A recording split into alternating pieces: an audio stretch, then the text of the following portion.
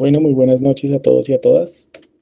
Esperamos sean bienvenidos a esta charla de complicaciones cardiovasculares por COVID-19, liderado por nosotros los compañeros, la compañera Daniela Buell de décimo semestre, la compañera Alejandra Solorzano de tercero semestre y quien les habla, Jonathan Murcia de noveno semestre. Esperamos que esta charla sea totalmente de su agrado, que la disfruten y se pueda aprender muchísimo. Bueno, buenas noches. Mi nombre es Alejandra Solórzano. En esta charla vamos a hablar sobre 7 ítems que son los que están aquí. Yo les voy a hablar sobre los primeritos para que tengamos como unas basecitas para entender ya las patologías y ya por último vamos a dejar unos mensajes para la casa que son súper importantes pues en medio de esta pandemia. Bueno, listo. Entonces primero, como estamos hablando de COVID, ¿qué son los coronavirus? Los coronavirus son virus comunes en varios tipos de animales, pero pues su característica principal es que van a tener unas proteínas que se llaman las proteínas spike o proteínas espiga, que están alrededor como si fueran una corona, ¿sí? Por eso se llaman coronavirus, ¿sí? Eh, en el ser humano no habían causado grandes problemas hasta más o menos en el 2003, cuando en Guangdong apareció una epidemia de SARS-CoV, que son uno de los virus, uno de los más o menos 7 tipos de coronavirus que infectan al ser humano, pero en este caso causó síntomas un poco más graves que los que había causado antes. Ya después empezó el MERS-CoV, que es el síndrome respiratorio del Medio Oriente, y ya dio unos síntomas un poco más graves que los que habían dado los otros tipos de coronavirus, y por eso es que se volvieron como relevantes eh, en, el, en el ser humano, ¿sí? Eh, Importante decir que tanto el SARS-CoV como el SARS-CoV-2 y el MERS-CoV van a causar una infección respiratoria que va a conducir a una neumonía viral, ¿sí? En algunos pacientes incluso puede causar un síndrome de distrés respiratorio agudo, que es como una forma de edema. Y como pues ustedes pues, saben, nadie va a ser inmune innatamente al SARS-CoV-2, ¿sí? Ni al SARS-CoV ni al MERS-CoV, ¿sí? Porque pues son enfermedades que hasta ahora están como, son virus, perdón, que hasta ahora están como saliendo a la luz, ¿listo?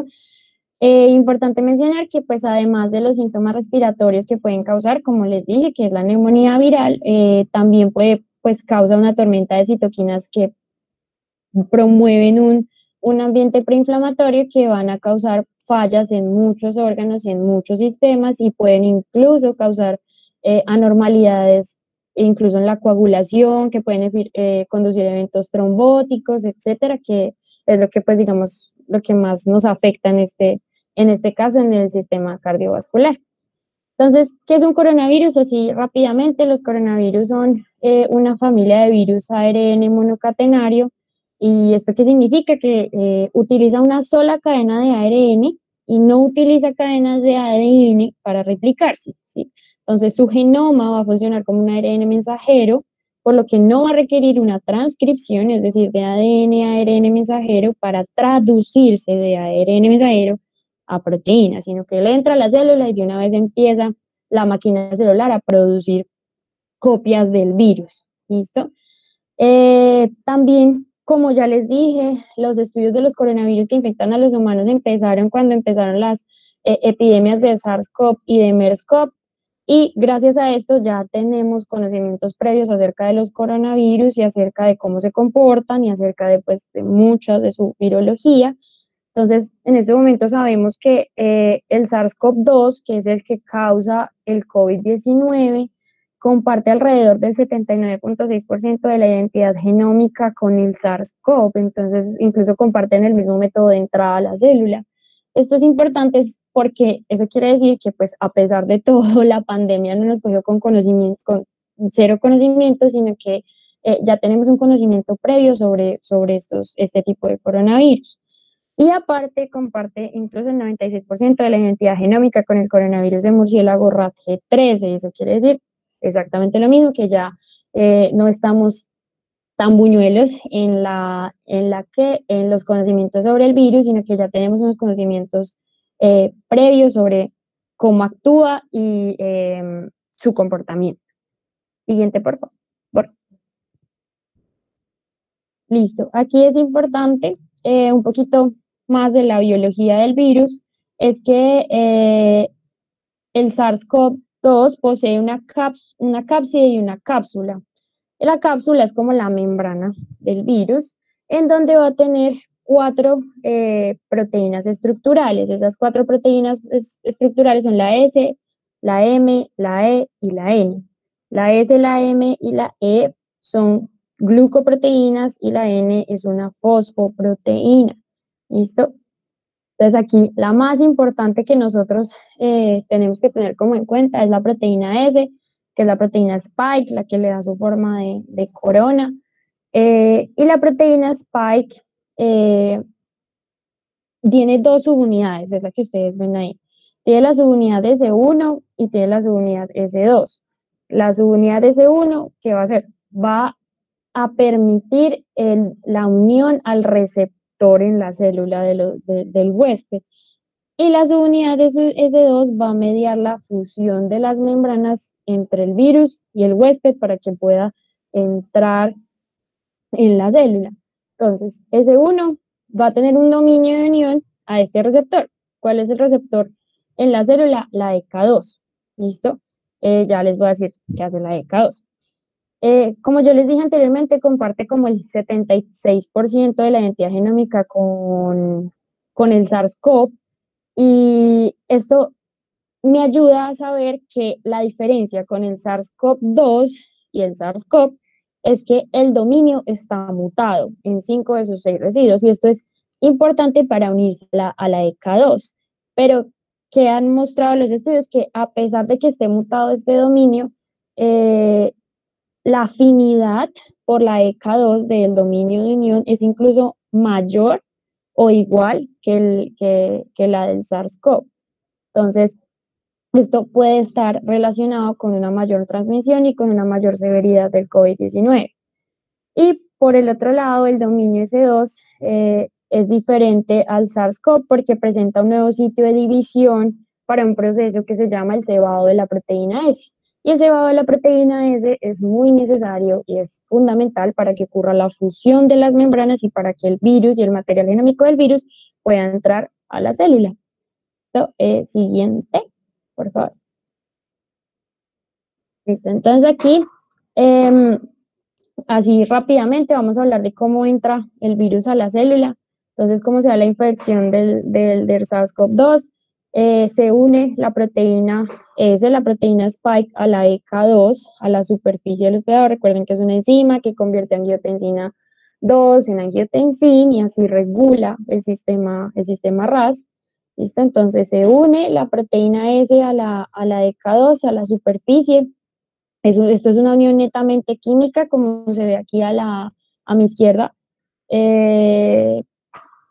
Es una unión netamente química con puentes de hidrógeno. Se unen estas dos y así se procede a lo que yo les dije que era el cebado de la proteína S. El cebado de la proteína S es que la unión entre el dominio de unión y el receptor en la subunidad S1, ¿sí?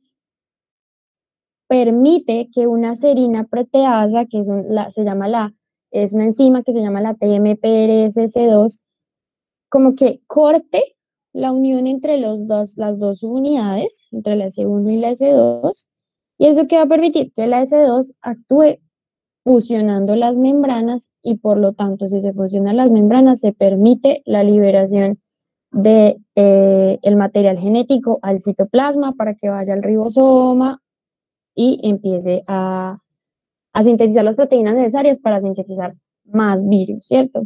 Pero, ¿qué pasa?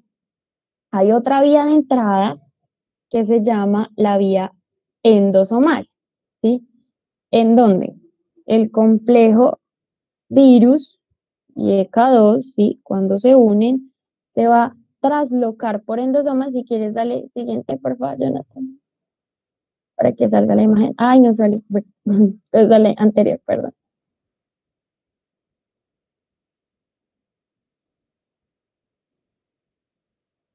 Bueno, se los voy a explicar así como rápidamente. La vía endosomal es que tanto el complejo virus y la EK2 se trasloca por una vía endosomal y el cebado de la proteína S se va a realizar mediante unas proteasas endosomales que son la catepsina B y la catepsina L, ¿sí? Entonces, directamente ahí ya entra a la célula y no necesita de la enzima TMPRSS2. Esto es importante para tejidos que no presentan este tipo de enzima, ¿sí? Entonces, aún así, el virus puede entrar a la célula, ¿listo?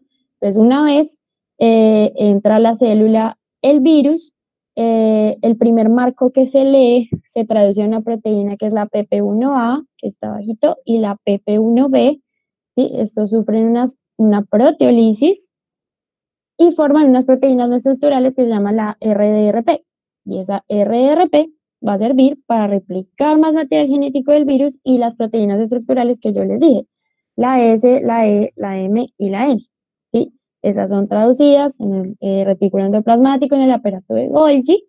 Después se empaqueta todo ese material, se ensambla y se forma el virus que va a salir por exocitosis y se va a regar por todo el organismo. ¿Listo? Siguiente. Ya un poco, pues, un poquito para como actualizarnos de la epidemiología. En diciembre de 2019, como ustedes ya saben, en la ciudad de Wuhan, en la provincia de Hubei, en China, se reportó un grupo de 27 pacientes con neumonía de etiología desconocida y ya después, en marzo de 2020, la OMS declaró la pandemia por COVID-19. Ya alrededor del mundo se han reportado más o menos más de 100 millones de casos de COVID y más de 2 millones de muertes por esta enfermedad.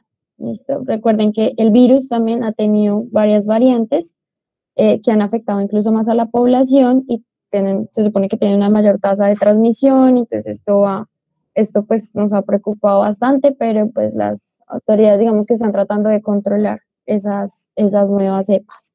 ¿Listo? Siguiente, por favor. Ya en Colombia, hoy tenemos más de 2 millones de casos confirmados entre recuperados y activos.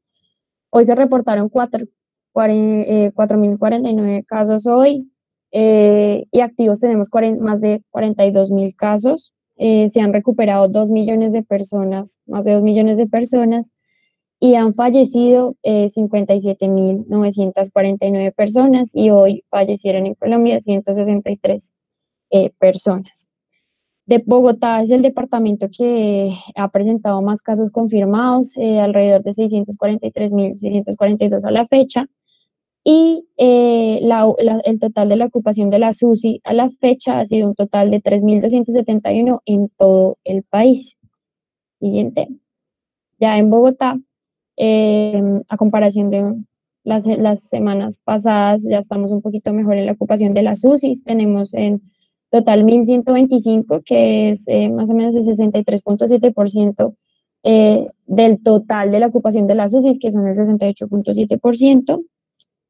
Han muerto 13.448 personas en Bogotá, hoy murieron 36, y casos activos alrededor tenemos 43.789 con 1.163 casos reportados hoy.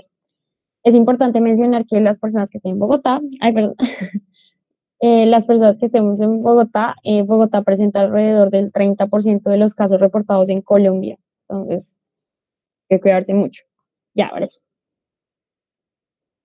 Listo. Entonces, como yo les dije anteriormente, nosotros sabemos que los pacientes que desarrollan COVID-19 no se van a ver afectados únicamente por síntomas respiratorios, ¿sí? Sino que vamos a ver síntomas en el sistema cardiovascular, porque estos síntomas son claves tanto en el desarrollo como en el pronóstico de la infección, ¿cierto? Porque los pacientes tanto que presentan antecedentes cardiovasculares van a tener mayor riesgo de una morbilidad y una mortalidad. Y asimismo, los pacientes que no tienen antecedentes cardiovasculares pueden presentar cuando desarrollan la infección compromiso cardiovascular, ¿sí? Entonces es importante saber que aunque sabemos que el principal síntoma es la neumonía viral, el sistema cardiovascular también se ve comprometido. Y se ve comprometido por dos tipos de mecanismos que les voy como a resumir acá. Los mecanismos directos, ¿sí? Que se refieren a las provocadas por la infección a la célula, y los indirectos que van a corresponder a los efectos subsecuentes de la inflamación, la hipoxia y la disfunción circulatoria provocada por la infección. Entonces aquí tenemos 5 así numeraditos, aunque cabe mencionar que nosotros no podemos decir que son estos exactamente, sino que estos 5 van a actuar en conjunto para provocar los síntomas en el sistema cardiovascular y para provocar, digamos, el compromiso del sistema. Entonces, saber, el primero, que la ECA2 media la toxicidad viral porque es el método de entrada a la célula, ¿sí? Entonces, la ECA2 se expresa en el sistema vascular, en células endoteliales, músculo liso, células migratorias angiogénicas, etcétera, y también se expresa en el corazón, ¿sí? Entonces, los pacientes directamente se van a poder infectar por COVID, tanto en el sistema vascular como en su corazón, ¿sí? Incluso, pues se ve que los pacientes con comorbilidades previas tienden a presentar un COVID-19 más severo debido a que tienen mayores niveles plasmáticos de ECA2, ¿sí? Pero, ¿qué pasa? Que aquí no se expresa tanto la ECA2, pero sí se expresa mucho la ECA2, perdón, pero no se expresa tanto la TMPRSS2, que es esa enzima que yo les dije que permitía el cebado de la proteína S. Entonces, aquí el virus tiene que entrar prácticamente por vía endosomal, pero tiene como acoplarse a la célula. Entonces, esto es una de las teorías de los mecanismos, que es directamente la entrada del virus a la célula. ¿Listo? Ya el segundo punto podría ser la desregulación del sistema RAS. ¿Qué pasa? ¿Sí? Como la ECA2 es prácticamente pues, es el método de entrada a la célula, se va a desregular a la baja la expresión de la ECA2, ¿sí? Y pues obviamente a expensas de esto, la actividad entre la angiotensina 2 y su receptor va a aumentar. ¿Y eso qué significa? Que va a aumentar la secreción de aldosterona, va a haber fibrosis, va a haber proinflamación, va a haber un sistema proinflamatorio, va a haber hipertrofia, va a haber mucha vasoconstricción, va a haber un aumento de especies reactivas de oxígeno, etcétera. Porque la ECA2 va a poseer eso, un valor protector y un valor regulador del sistema RAS, porque va a permitir que la angiotensina 2, o va más bien a catalizar que la angiotensina 2 se convierta en angiotensina y así, digamos, como que regula el sistema, ¿sí?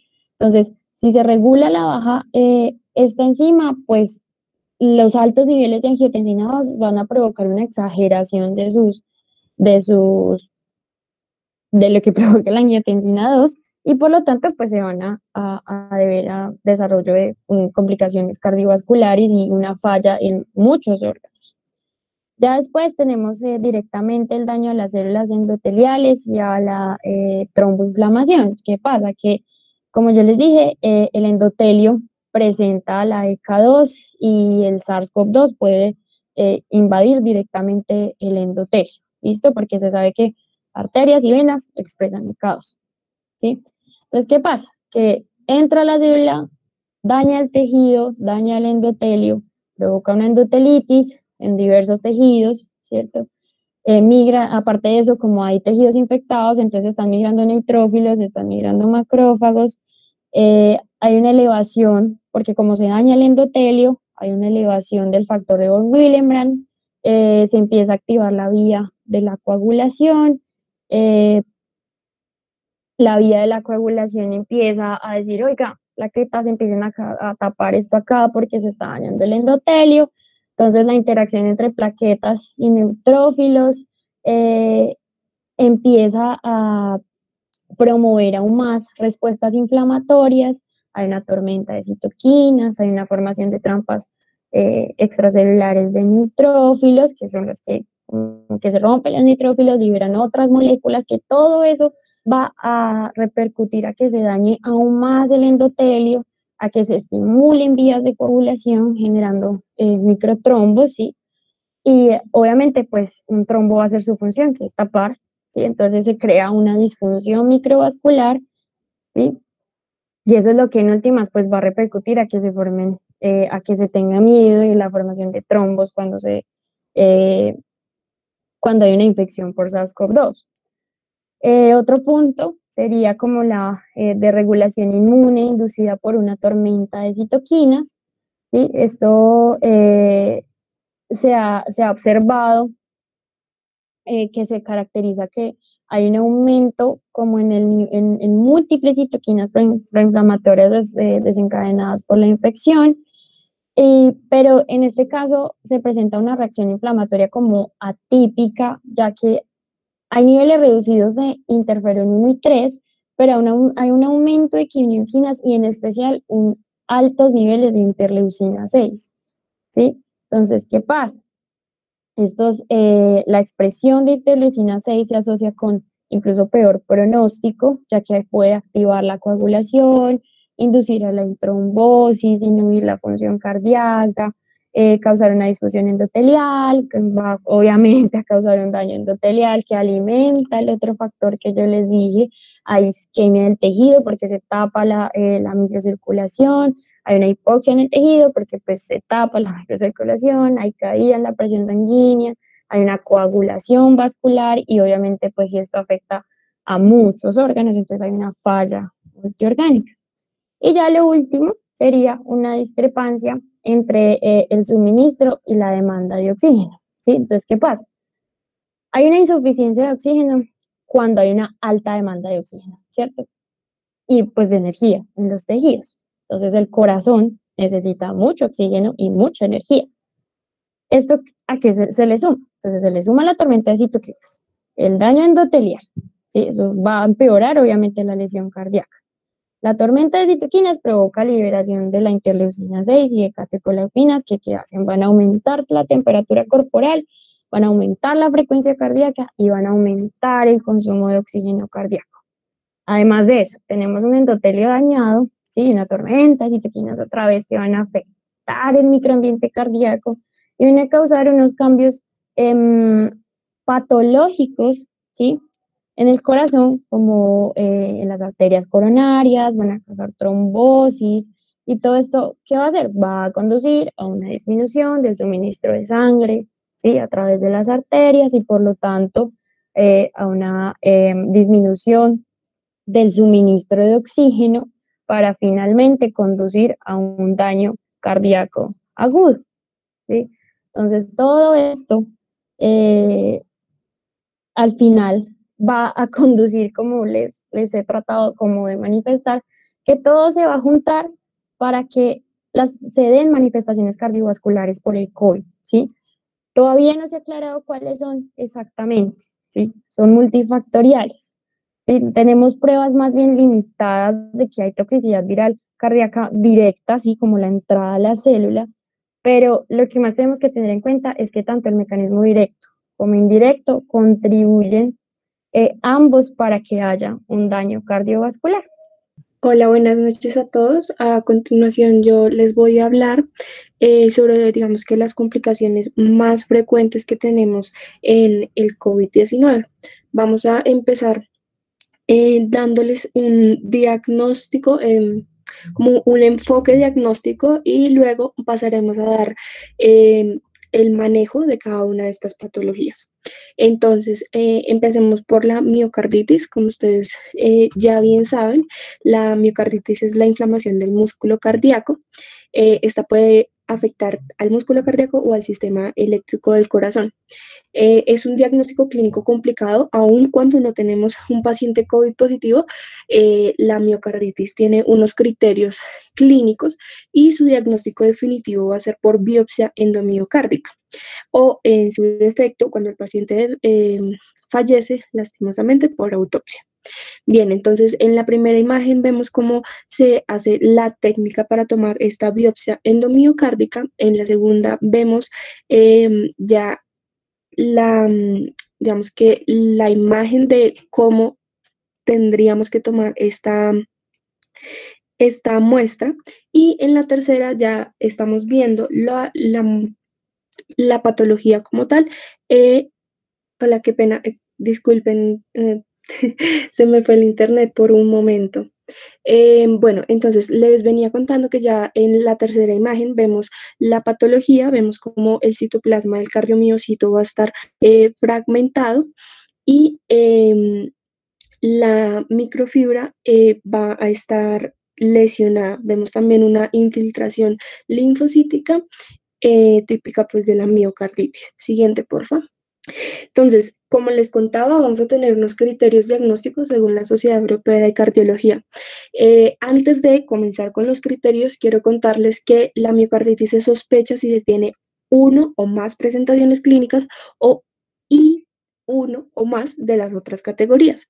Si el paciente es asintomático, porque puede llegar a serlo, se debe cumplir con 2 de las otras categorías. Siguiente, por favor. En esta tabla vemos, en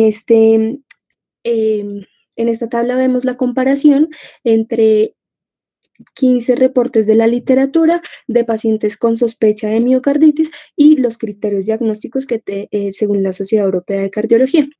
Este estudio es publicado en enero de 2021 y vamos entonces a mirar la presentación clínica. Esta es muy poco específica, es dolor torácico, palpitaciones, presentación de falla cardíaca, pero digamos que bien podría darse el mismo cuadro clínico en la enfermedad de COVID, digamos que sola, sin la miocarditis. Por eso es que les contaba que necesitamos una presentación clínica y otra de las siguientes categorías, que pueden ser los biomarcadores, una imagen cardíaca o una imagen cardíaca, como por ejemplo un ecocardiograma o la resonancia magnética. La otra categoría ya era el criterio, pues digamos que el gold estándar de esto, que es la biopsia que les estaba comentando. Siguiente, por favor. Bien, entonces, para resumir, ¿cuáles son las herramientas diagnósticas que vamos a tener en la miocarditis? En la miocarditis tenemos la historia del examen físico, aunque no es muy específica, tenemos que preguntarla. Tenemos que preguntarla y razonarla claramente. Tenemos también los laboratorios, que son las troponinas, los biomarcadores cardíacos, el electrocardiograma, el ecocardiograma y finalmente las imágenes cardíacas que veníamos comentando, que los criterios para la resonancia cardíaca va a ser primero que tengamos un edema del miocardio en T2 y 2, que la lesión miocárdica no sea isquémica, ¿sí? O sea, que no sea indicada de isquemia. Y ya la última herramienta diagnóstica, que es la biopsia endomiocárdica. Siguiente, por favor. Acá en esta imagen que les quería mostrar, vemos cómo tenemos en la pared anterior del corazón, tenemos esta es una imagen T2 y vemos cómo está en la parte anterior una sección hiperintensa del miocardio. Esto corresponde, francamente, a edema miocárdico. Siguiente, por favor. Bien, una vez teniendo claro el diagnóstico de la miocarditis, vamos a pasar a la siguiente complicación, que es el taponamiento cardíaco. El taponamiento cardíaco es una presión elevada en el miocardio que generalmente se genera por una efusión pericárdica. Bien, en este vamos a tener la presentación clínica, lo que les digo, en las complicaciones cardíacas, en las complicaciones cardíacas con COVID no va a ser muy clara la clínica, sin embargo, digamos que tenemos que seguirnos guiando por eso. Entonces, la elevación de biomarcadores va a ser importante. Vamos a tener los cambios electrocardiográficos típicos de taponamiento cardíaco. Estos no van a tener una característica importante porque sea COVID, van a ser los mismos. Y los signos de disfunción ventricular en la ecografía. Entonces, vemos como en la imagen la flecha roja nos presenta la efusión pericárdica y la flecha azul nos presenta cómo esa efusión no está permitiendo la distensión total del corazón. Siguiente, por favor. Perfecto. La siguiente patología que vamos a resumir el diagnóstico va a ser las arritmias. La mayoría de estas van a ser asintomáticas. El paciente puede generar una taquicardia que puede ser con o sin palpitaciones. Los factores de riesgo, esto tenemos que tenerlo muy claro, es que tenga otra complicación cardíaca, que tenga alteración electrolítica, que tengan medicamentos que alarguen el QT y pacientes con fiebre. Siguiente. Vemos que, perdón, bueno, vemos que todas esas complicaciones que ya les mencioné, pues vamos a tenerlas en el paciente con COVID. Entonces, las arritmias van a tener alrededor de un 16% en pacientes hospitalizados, siendo la mayoría en pacientes UCIs. Las ventriculares son más comunes en los pacientes que tienen ya una injuria cardíaca y ya las atriales van a ser más comunes en el paciente que requiere ventilación mecánica. No debemos olvidar nunca la prolongación del QT, es importante, sobre todo en esta patología del COVID-19. En una cohorte de Nueva York se detectó un 6% de esta prolongación del QT. Siguiente, por favor. Entonces, acá vemos cómo, según lo que tenga el paciente, cuál injuria tenga o cuál factor de riesgo tenga, vamos a tener las diferentes arritmias.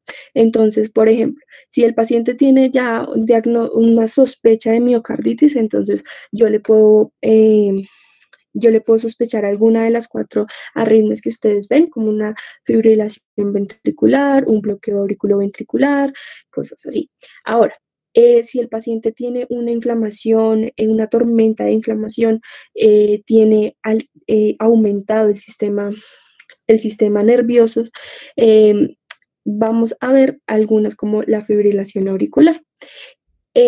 Ahora, cuando tenemos algún medicamento que puede ser un antibiótico o obviamente los pacientes que sean mucho más complicados, como más adelante nuestro compañero Jonathan nos dirá, los vamos a tener con algún antiviral o algún antibiótico. Estos nos pueden prolongar el QT, nos pueden dar una fibrilación, nos pueden dar un bloqueo auriculoventricular. Entonces tenemos que tener en cuenta qué tiene el paciente, qué factor de riesgo tiene el paciente de base y a partir de ahí vamos a sospechar qué tipo de arritmia puede generar. Es importante en estos pacientes realizar un seguimiento con electrocardiograma, ¿sí? Se recomienda que el electrocardiograma sea parte de los paraclínicos porque, lo que les digo, muchas veces no son sintomáticas estas arritmias. Siguiente, por favor. Bien, la última patología de la que vamos a abordar el diagnóstico va a ser el infarto agudo de miocardio. Entonces, en esta vamos a tener un tipo 1, un tipo 2, según la última definición de infarto. Entonces, el tipo 1 va a ser de tipo, se me fue la palabra, aterogénico. Y el tipo 2 ya va a ser sin necesidad de que se forme una placa aterogénica. En los pacientes COVID vamos a tener sobre todo el tipo 2. Las manifestaciones de los pacientes COVID son muy parecidas a las de los pacientes sin COVID. Sin embargo, la prevalencia real del dolor torácico, digamos que típico del infarto agudo de miocardio, no se conoce en los pacientes COVID. Digamos que hasta este estudio que revisamos. Entonces, cuando el infarto agudo de miocardio se presenta con elevación del ST, acá en esta imagen les quería recordar dónde medimos esa elevación del punto del ST, que es en el punto J. ¿Listo? Eso, muy bien. Digamos que ese es uno de los criterios para saber si es elevación del ST, y el otro es, también se cuenta como elevación del ST, es una evidencia de un bloqueo de rama izquierda, como vemos en la parte naranja. Esta imagen las traje más que todo para que comparemos cómo se ve un bloqueo de rama izquierda normal y cómo se ve un bloqueo de rama izquierda isquémico. Siguiente, por favor. Bueno, buenas noches nuevamente. Mi nombre es Jonathan Murcia. A continuación vamos a hablar acerca del manejo de nuestros pacientes COVID-19 con complicaciones cardiovasculares. Pero antes de iniciar a hablar del manejo, tenemos que hablar básicamente de la historia natural de la enfermedad. Entonces, ¿cómo podría llegarnos un paciente que podamos manejar según esta presentación? Podríamos tener un paciente feliz sin ningún antecedente previo que por alguna razón tuvo algún contagio de riesgo y pues terminó infectado por SARS-CoV-2 y terminó con la enfermedad de la COVID-19. Entonces acá tenemos el paciente posiblemente sintomático, posiblemente hospitalizado, bastante enfermito, pero que lastimosamente se nos puede empezar a agravar y entonces ya tenemos este siguiente estado, que es el mismo paciente infectado por SARS-CoV-2, enfermo por la COVID-19 y adicional va a empezar a presentar eventos cardiovasculares o alteraciones cardiovasculares. Una vez aquí, este paciente lastimosamente tiene dos caminos. Uno, que pues ojalá no lo quiera así, que el paciente fallezca por toda la tormenta de citoquinas, la liberación de interleucina C y todo lo que ya comentamos anteriormente, y pues muera. U otra, que los esfuerzos de todo el personal médico y del mismo paciente lleven a que el paciente se recupere. Sin embargo, esta recuperación aún no tiene un seguimiento de largo plazo, así que no sabemos las consecuencias a mediano y largo plazo. Las consecuencias de los pacientes que tienen o han tenido SARS-CoV-2 y COVID-19 se saben de seguimientos de más o menos un año y un mes, un año y 3 meses, dado el tiempo que llevamos en pandemia. Del mismo modo, este paciente, sin pasar por las alteraciones cardiovasculares, puede irse hacia los dos mismos sitios, hacia morir o hacia recuperarse con algunas secuelas que aún no la conocemos a mediano y largo plazo. Del mismo modo, podríamos tener esta otra situación, y es que tengamos un paciente que ya venga con enfermedad cardiovascular como antecedente, y este paciente, por alguna conducta de riesgo, va a terminar infectado con SARS-CoV-2, además de su enfermedad cardiovascular previa. Ya digamos que este paciente se salta un paso de lo que teníamos nosotros anteriormente, pero pues de aquí en adelante es como lo mismo. El paciente podría fallecer, que ojalá así no sea el caso, o el paciente podría recuperarse, pero pues su antecedente cardiovascular no va a remitir, el antecedente cardiovascular va a estar ahí y es quizá altamente probable que se exacerbe y empeore con el paso del tiempo y otras consecuencias adicionales que tenga el mismo. Entonces, ¿por qué hacemos esta pequeña contextualización? Porque antes de hablar del manejo de las enfermedades cardiovasculares, tenemos que hacer énfasis acerca del manejo de la COVID-19.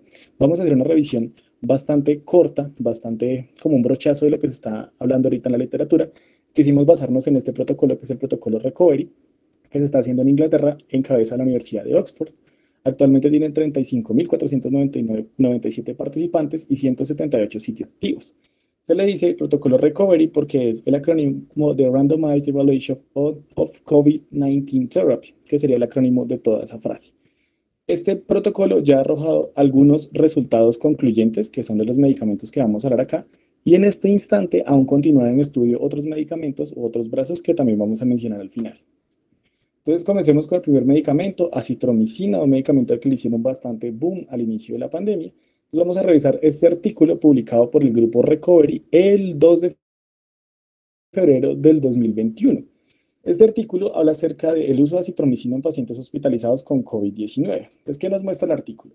Parafraseando un poco la conclusión de este artículo, dice que en pacientes COVID-19 el uso de la acitromicina no mejoró la supervivencia u otro resultado específico, así que hasta ahí vamos en que no sirve. Su uso en pacientes hospitalizados y con COVID-19 debe ser únicamente restringido a pacientes con infección bacteriana. Entonces, repitiendo, la acitromicina no sirve para paciente COVID y solamente se debe utilizar si el paciente tiene alguna infección bacteriana. Sin embargo, en el año 2013 se publica esta revisión, de la cual ya se han hecho bastantes actualizaciones, pero creemos que es como la más al lugar, y es acerca de los efectos cardiovasculares de la propia acitromicina, generando prolongación del intervalo QT, taquicardias por torsada de puntas y entre otras más patologías que en este caso de nuestros pacientes con enfermedad cardiovascular, si administrásemos acitromicina por error sería un gravísimo error y sería catastrófico para nuestro paciente. Pasemos al siguiente medicamento, la hidroxicloroquina. Este artículo publicado en noviembre del 2020 del New England Journal of Medicine habla también acerca del efecto de la hidroxicloroquina en pacientes hospitalizados con COVID-19. Y acá vemos esta gráfica lo más de particular, donde miramos la relación de mortalidad con días de seguimiento y vemos que al parecer, según este estudio, el darle hidroxicloroquina puede aumentar la mortalidad o matarnos más pacientes frente al cuidado usual. Entonces ya esos resultados son un poco alarmantes y nos van a decir como que el uso de hidroxicloroquina no debería ser aprobado con los pacientes COVID. Sin embargo, démonos cuenta que este RR, que recordemos que el valor de RR mayor a 1 es un acto no beneficioso para el paciente, este RR es de 1.09, pero la P no es estadísticamente significativa, por lo tanto no sería aplicable a la población mundial.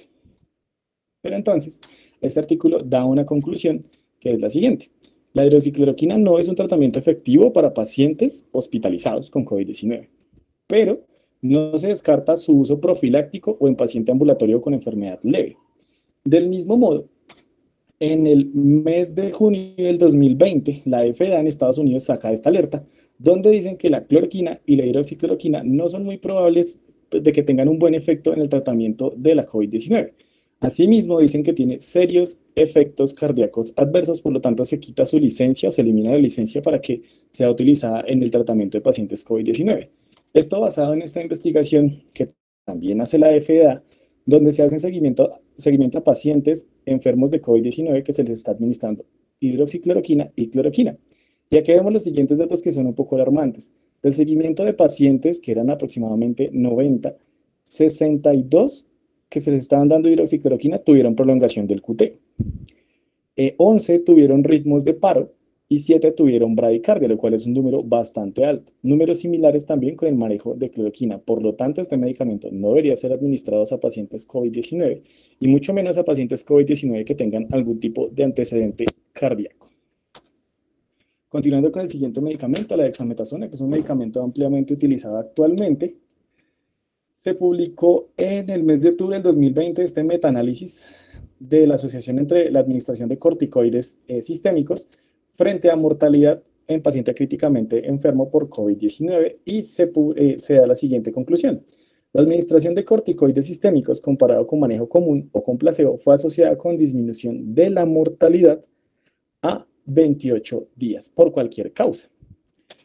En ese orden de ideas quisiera mostrarles esta pequeña grafiquita que es un poquito difícil de entender, pero basémonos primero en esto que estamos señalando acá en rojito, donde vemos una relación de odds ratio. Entonces, similar a lo que les había dicho del RR, cuando este número es inferior a 1 es un factor protector, cuando el número es superior a 1 es un factor no protector. Démonos cuenta que el estudio Recovery tiene un OR inferior a 1, que su valor es de 0.59, lo cual significa que es un factor protector el darle a los pacientes 6 miligramos día oral o intravenoso de corticoides. Aparte de eso, el intervalo de confianza es muy corto y podríamos decir que el peso de esta información es bastante bueno.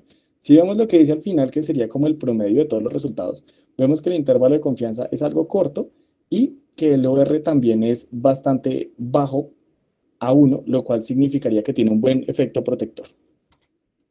Del mismo modo, quisiera mostrarles esta otra gráfica acerca del manejo de los corticoides en diferentes tipos de pacientes. Entonces, démonos cuenta que en pacientes con ventilación mecánica, al parecer les va muy bien, aunque el intervalo de confianza es bastante grande, pero tiende a la baja. En pacientes con ventilación mecánica, les va muy bien y sigue siendo el intervalo de confianza menor al 1 y el OR también menor al 1.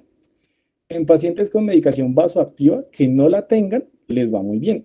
Pero al parecer, a los pacientes que ya están bastante enfermitos, que tienen medicación vasoactiva, si bien el OR está bastante cerca al 1 y el intervalo de confianza está bien grande, se podrían hacer más investigaciones con respecto a qué tal les va a esos pacientes con esos medicamentos. Con respecto a la edad, les va muy bien a los pacientes menores de 60 años y a los mayores de 60 años. Con respecto al sexo, a las mujeres les va bien, pero el intervalo de confianza está un poco alto, está cercano al 1, podría hacerse más investigación.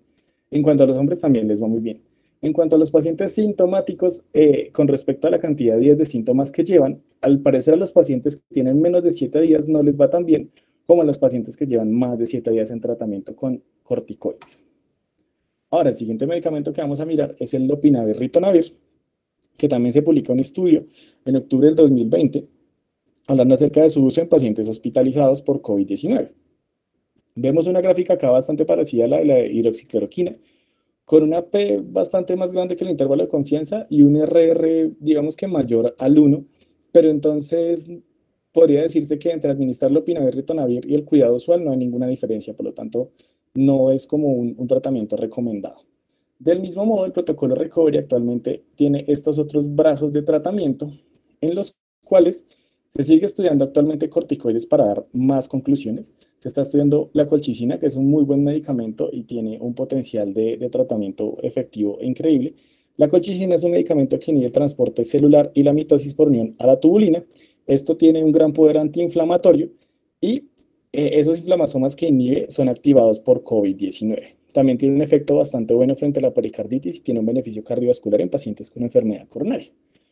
Otro medicamento en estudio por protocolo recovery es el baricitinib, que es un inhibidor de la llanas quinasa que va a inhibir la liberación de interleucina 6, que recordemos que la doctora Alejandra la mencionó por ahí atrás, que es una interleucina bastante activada para la cascada inflamatoria por COVID-19. Otro medicamento, el tocilizumab, que es un anticuerpo monoclonal anti-interleucina 6, que tiene un efecto, digamos que similar al baricitinib. Con respecto al tocilizumab, el día de ayer se hizo una publicación por parte de los miembros del grupo Recovery, donde se dijo que el tocilizumab sumaba corticoides, inclusive es mejor que solamente corticoides administrados y disminuye aún más la mortalidad a 28 días. Otro medicamento en estudio es la anakinra, que es un antagonista de interleucina 1, y los anticuerpos neutralizantes y la aspirina, que también se encuentran en estudio. Ahora, ya dicho lo anterior, que sería el manejo del COVID-19 per se, vamos a mirar entonces cómo es el manejo de las enfermedades cardíacas en COVID-19. Acá tenemos este pequeño algoritmo, bueno, realmente no es tan pequeño, es bastante grande, donde nos muestra como el diagrama de flujo por el cual la infección por COVID-19 va a terminar haciendo que el paciente entre en falla cardíaca y pueda morir. El camino directo es que la infección me cause un shock séptico, una falla del ventrículo izquierdo y el paciente entre en falla. Otro camino es por la mediación inflamatoria con una depresión miocárdica y también falla en el ventrículo izquierdo. Otro camino es directamente una falla en el miocito, causando miocarditis y falla cardíaca. Otras dos que también son muy importantes es el aumento en la demanda metabólica o el aumento en el poder trombótico, causando isquemia por infarto tipo 1, tipo 2, llevando a falla cardíaca. Por el otro lado, también la infección podría llevarnos a un fallo renal, a una sobrecarga de volumen y falla en el ventrículo. O el propio síndrome de dificultad respiratoria aguda en el adulto puede causar una hipertensión pulmonar severa, llevando a una falla cardíaca derecha que después me va a llevar a una falla cardíaca izquierda. En este artículo publicado también en el 2021, hace un apartado diferente con respecto a las arritmias porque la asocian a los medicamentos asociados al COVID-19, pero también recordemos que el simple hecho de tener un infarto podría causarnos alteraciones en la coronaria tanto derecha como izquierda que van a irrigarnos el nodo sinusal y la AVE, produciéndonos también algún tipo de arritmias. Entonces, con respecto al manejo del infarto agudo del miocardio, antes que nada los invitamos a que vean esta revisión que hicieron nuestros compañeros hace aproximadamente 15 días, que está colgada en YouTube y que es una revisión muy buena donde se habla muy bien del manejo. Nosotros acá vamos a hablar más que nada de los cambios en ese manejo con respecto a paciente COVID-19. En esos cambios les traemos este algoritmo publicado también en este año, es un consenso de la Sociedad Cardiológica de Taiwán, donde tenemos lo siguiente, y es cómo tenemos que enfocar a nuestro paciente. Tenemos un paciente con sospecha o confirmación de COVID-19. Una vez que tengamos este paciente y empiece a presentar síntomas coronarios y le hagamos un electrocardiograma, tenemos que clasificarlo en dos grupos. Síndrome coronario agudo con elevación del ST, que es el que se encuentra a la izquierda de sus pantallas, o sin elevación del ST, que se encuentra a la derecha. Vámonos primero por el lado izquierdo. Si el paciente está con elevación del ST, según este algoritmo debemos considerar inmediatamente la fibrinólisis. Si la fibrinólisis no se puede realizar, entonces tenemos que realizar una ICP, que se define como una intervención con catéter percutáneo para causar una reperfusión coronaria. Si no hay contraindicación de fibrinólisis, pues se realiza y se evalúa el paciente. Si el paciente está inestable después de la fibrinólisis, nada, tenemos que realizar también una ICP y reperfundir esa arteria. Si el paciente está estable luego de la fibrinólisis, vamos a tratamiento médico, que es cómo se trata el síndrome coronario agudo sin elevación del ST. Ahora, con respecto al tratamiento médico, se instaura en el paciente con el síndrome coronario. Si el paciente se encuentra inestable, vamos a hacer también una ICP de emergencia para reperfundir arteria. Si el paciente está estable luego del tratamiento, vamos a continuar el tratamiento hasta que tenga una prueba COVID-19 negativa. Una vez que tenga la prueba COVID-19 negativa, ahí sí vamos a hacer intervenciones invasivas en el paciente, como angiografía coronaria, como la reperfusión, si es necesario. Entonces, haciendo una recapitulación de todo este algoritmo, vamos a hacer intervenciones invasivas en el paciente si y solo si haya compromiso para la vida y no responda a los manejos medicamentosos con fibrinólisis o con tratamiento médico. A continuación tenemos acá las dosis y los medicamentos que se están utilizando actualmente para la fibrinólisis, que es el tenecteplase y lacteplase, acá con sus dosis asociadas al peso. Ahora, con respecto al manejo de la miocarditis, este pequeño esquema publicado en el 2020 en un artículo de la Universidad de Buenos Aires Se plantea el manejo de la miocarditis de la siguiente manera. Entonces, inicialmente tiene que ser un soporte, un manejo de soporte. ¿Por qué? Porque no hay forma de que podamos decirle al corazón como, venga, no se inflame tanto por causa de la COVID-19, sino que tenemos que ayudarlo a que él pueda ejercer totalmente su función. En este artículo, en el 2020, se decía que el tratamiento específico debería ser el Remdesivir, que aún sigue en estudio, pero muy a mi opinión personal, deberíamos, por ejemplo, subir esos esteroides que se mencionan acá como tratamiento en investigación y subirlos un escalón porque tienen unos muy buenos resultados. Asimismo, se comentan acá que se debe utilizar plasma convaleciente o interferón beta.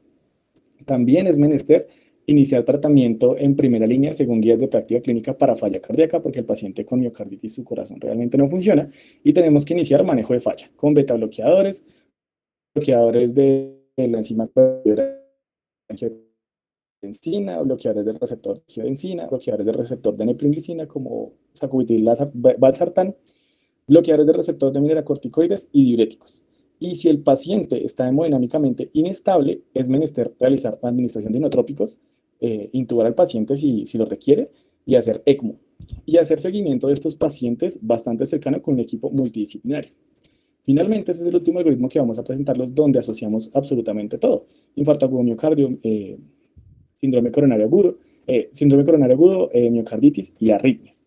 Entonces, los invitamos a que nos sigan en este algoritmo. Entonces, tenemos un paciente con sospecha de COVID-19 o que ya está diagnosticado con COVID-19 y presenta alguno de estos síntomas: disnea, opresión torácica, dolor, taquicardia, una arritmia nueva, o que el paciente realmente está descompensado en shock cardiogénico de otro tipo, o el paciente está con una falla cardíaca de nuevo. Si esto ocurre, tenemos que iniciar a hacer test para mirar qué es lo que tiene nuestro paciente y establecer un diagnóstico. Entonces, como mínimo, un electrocardiograma, unas enzimas cardíacas, unos marcadores inflamatorios y un eco-TT, como mínimo. Si algo de esto, si no sale positivo nada, igual tenemos que tener un seguimiento de nuestro paciente porque puede empeorar. Si algo de esto sale positivo, tenemos que empezar a buscar el diagnóstico diferencial. El paciente está en un síndrome coronario agudo, el paciente está en una sepsis asociada a cardiomiopatía por la tormenta de citocinas, el paciente está en una miocarditis o el paciente está en una cardiomiopatía inducida por el estrés de todo lo que está viviendo el paciente o un síndrome de Takotsubo. Para establecer el diagnóstico diferencial, recomiendan en este algoritmo hacer unos test complementarios como repetir la eco, realizar una resonancia magnética cardíaca, realizar angiografía por TAC o angiografía invasiva, o realizar un TAC contrastado si no es resonancia o un TAC en alta resolución de tórax. Si esto no sale positivo y no nos lleva a ningún diagnóstico, tenemos que seguir la monitorización del paciente. Y si es menester y se puede realizar una biopsia endomiocárdica para establecer el diagnóstico. Pero entonces, ¿cómo vamos a manejar estos pacientes? Primero tenemos que ver qué no hacer en estos pacientes. Vamos a evitar el tratamiento para taquicardia sin usar con agentes inotrópicos negativos como el metoprolol, el diltiazem o el verapamilo, puesto que este paciente está con tendencia al shock y si utilizamos medicamentos que me disminuyan la contractibilidad del corazón, eso podría disminuirnos el volumen eyectado y llevarnos aún más al shock y exacerbar al paciente. Vamos a evitar el uso de los AINES porque aumentan la retención de sodio, pueden causar daño miocárdico, exacerbar falla renal o también empeorar la COVID-19. ¿Qué sí vamos a hacer? Vamos a hacer intervenciones en falla cardíaca o shock cardiogénico según protocolo, como ya se conoce. Vamos a propender por el uso de los antagonistas de citocinas como el tocilizumab o el sarilumab, que son antagonistas de interleucina 6. Considerar el uso de esteroides, que pues ya dijimos que es bastante bueno, podríamos escalonarlo un poquito. Con respecto a las bradiarritmias, considerar inmediatamente el uso de marcapasos por el estado del paciente. Si el paciente llega a presentar una taquicardia ventricular, revisar si es un ritmo de paro y si es necesario realizar cardioversión directa. Si el paciente tiene una taquicardia pero no es ritmo de paro, se recomienda, según este algoritmo, el uso de lidocaína. Si el paciente tiene prolongación del QT, tener en cuenta los medicamentos que se están administrando al paciente, como los antimaláricos o los macrólidos. Finalmente, el pronóstico de este paciente, que es algo que es más bien conversado, las personas con antecedentes de enfermedad cardíaca tienen mayor riesgo de fallecer o de requerir una UCI o de ser intubados o de desarrollar coagulopatías. Las personas que desarrollan enfermedad cardíaca durante la infección no antecedente por COVID tienen riesgo también aumentado. Asimismo, hay ciertas manifestaciones como miocarditis aguda que pueden remitir en su mayoría después de la infección viral. Entonces también quisimos traerles a ustedes este pequeño cuadrito que también relaciona unos RR, recordemos, mayor a 1, un efecto no beneficioso, menor a 1, efecto beneficioso, donde se asocian todas las causas de mortalidad en pacientes con enfermedad cardíaca comparados con pacientes que no tienen enfermedad cardíaca. Entonces, démonos cuenta que solamente en el primer estudio, eh, el RR es de 81.9, o sea, este número es muy, muy alto, muy, muy alejado al 1, lo cual nos dice que según este estudio, una persona que tenga una enfermedad cardíaca tiene una probabilidad como del 81%, 81 veces más de fallecer con COVID-19 que una persona que no la tenga.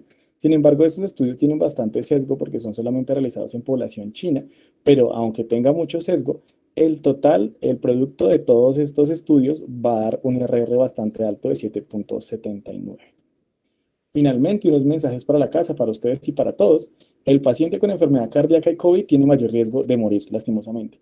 El tratamiento definitivo para el COVID aún está en estudio, no lo existe, pero los resultados de distintas terapéuticas usadas al día de hoy son bastante favorables. Es necesario evitar intervenciones invasivas en pacientes con enfermedad cardíaca y COVID-19, a menos que sea estrictamente necesario. Y finalmente, el SARS-CoV-2 va a estar con nosotros por mucho tiempo. Por eso, lavémonos las manos, usemos tapabocas y cuidemos de nuestra humanidad. Finalmente, un agradecimiento a nuestros profes que nos acompañan, enfermeros, colegas, compañeros internos. Gracias por acompañarnos en esta charla. Esperamos que haya sido de su agrado. Muchas gracias.